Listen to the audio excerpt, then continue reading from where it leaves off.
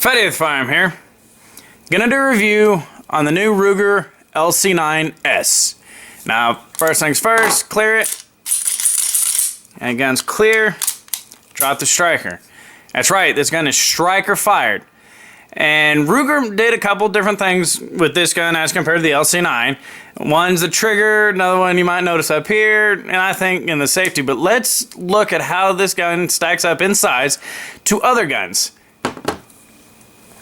We'll bring in a GI 1911. Not surprisingly, the Ruger's smaller. Yeah, it's a smaller gun. It also is a smaller caliber, 45, 9mm. Let's get that out of the way. The Glock 42. About the same size. The Glock 42 is just ever so slightly smaller than the Ruger LC9s. But remember, this is a 380. That's a 9mm. Major difference in caliber. Now, you could already see trigger is different. Kind of looks like a Glock trigger. It's not a Glock trigger. Doesn't feel like a Glock trigger. But it is better than the Ruger LC9.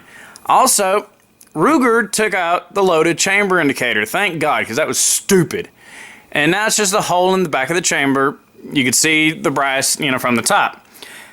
A thing I think they changed is the safety. I can't find anything mechanically that they changed, but my safety just feels so much better on the LC9s than it did on the LC9. I mean, this is just a lot smoother, a lot cleaner.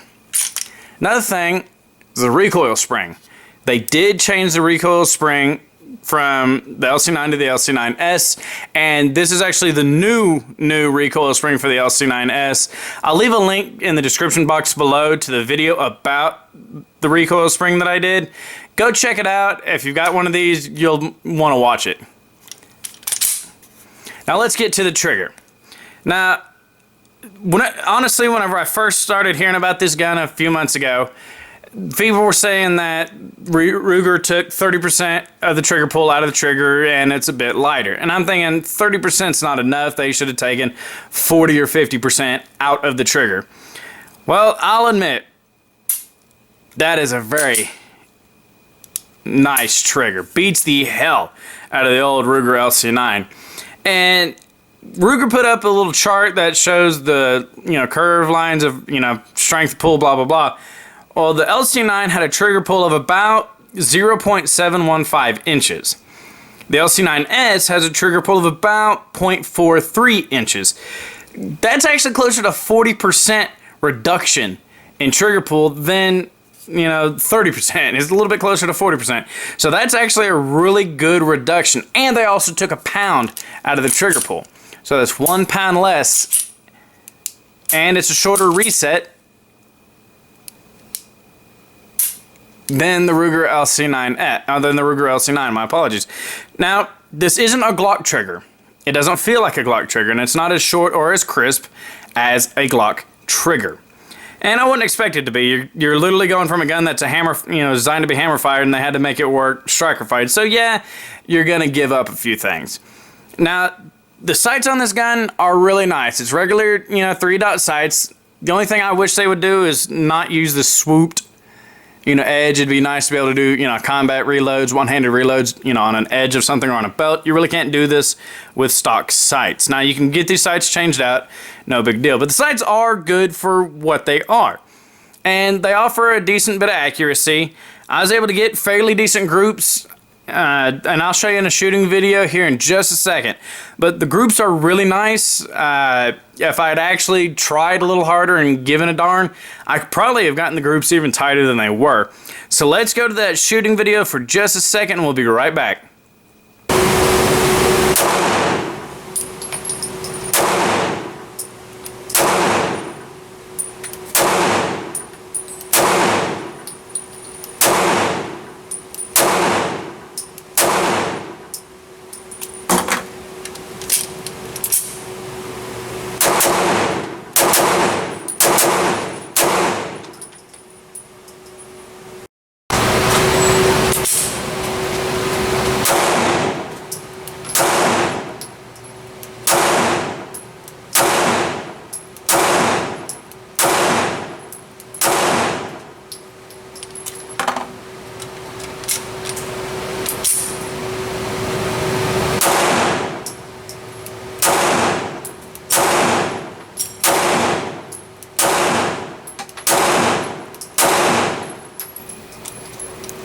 Alright, now that we're back, you can see I can get decent groups. You know, I'm not a competition shooter. I'm not an ultra tactical combat, you know, dude. It's, you know, I can get decent groups, you know, at, 7 yards. I don't care.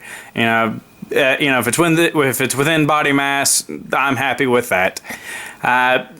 Couple things I don't like about the gun is, one, like other Rugers, you get one magazine. That's bullshit. I've always said you should get at least 3 magazines with a personal defense gun. I've got a second mag. I'm probably gonna order a third mag, but to only get 1 magazine with a brand new gun, come on, Ruger, that's bullshit, and you know it. I will give them this. You do get the extended base plate, on the bottom here for your, your pinky. I'll give them that. They didn't have to do that, but again, it would be nice to have 2 magazines, not 1. I guess one cool thing you do get is this really cool orange disassembly magazine. And let me use that right now and let me show you how to take the gun apart. It takes apart just like the Ruger LC9, but in case you've never seen that done, here we go. Take the magazine out, put the orange mag in, rack the slide, you can drop the striker.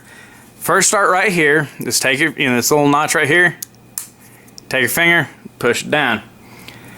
Take a little pokey thing, rack the slide just a tiny bit, and right here, you have to get everything lined up just right. You put, hold on, don't want that to roll away. Right in this little cutout is where you put your pusher, and you got to have the slide lined up correctly to where it'll just push out. Well, now that we've got that off, you still won't come off. So you saw me pull the trigger. After you pull the trigger, you have to push the slide back ever so slightly to get it to unlock, and then the slide comes right off. And then you got your recoil spring and a barrel. Oh, don't fall off. In a barrel slide. The internals in here are a lot different than the Ruger LC9. I want to wait until a company comes out with a laser engraved reverse slide plate, because that'd be kind of cool. Reassembly is just the reverse. Just stick the barrel in, recoil spring, make sure it's seated in the little cup, weld, thingamajig, whatever the hell, I don't know. In there, take your slide. All you gotta do is just push it on ever so slightly. You don't have to rack the shit out of it. Slide back a little bit. And I need my little pokey thing.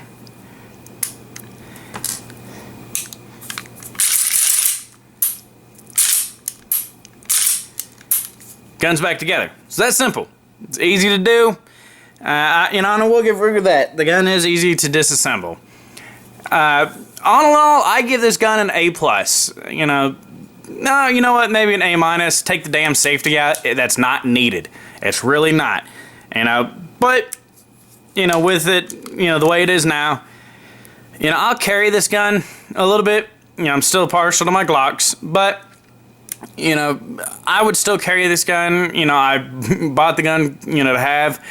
I would suggest, if you're looking for a fair-priced subcompact 9mm, yeah, it's a single stack. You only get 7 rounds in the magazine. Ruger does make, I believe it's a 9-round magazine that has an extension down here. But if you want a gun that's going to cost about $320 to $350 brand new, go with the Ruger LC9s. It is striker fired. The trigger is much better than it used to be on the LC9. I would get this gun. It's 9mm. It's a decent caliber. 40 or 45 would be better. But all in all, I would suggest this gun to somebody who's looking for a gun that's in the $320, $350 range. That's a very reliable gun. Can't complain. Other than not getting a second magazine, which is bullshit. But that's neither here nor there. Folks, if you liked the video, please like, share, and subscribe. It shows me and YouTube that you like gun content, you like my content, which is really cool. There will be a link in the description box below to the video that I did and the recoil spring. And so if you want to know about that, and I think you should watch it, it is very important to the safety of the gun that you will go watch that video and make sure you do what's in the video. So again, this is Fatty with a Firearm. Thanks for watching.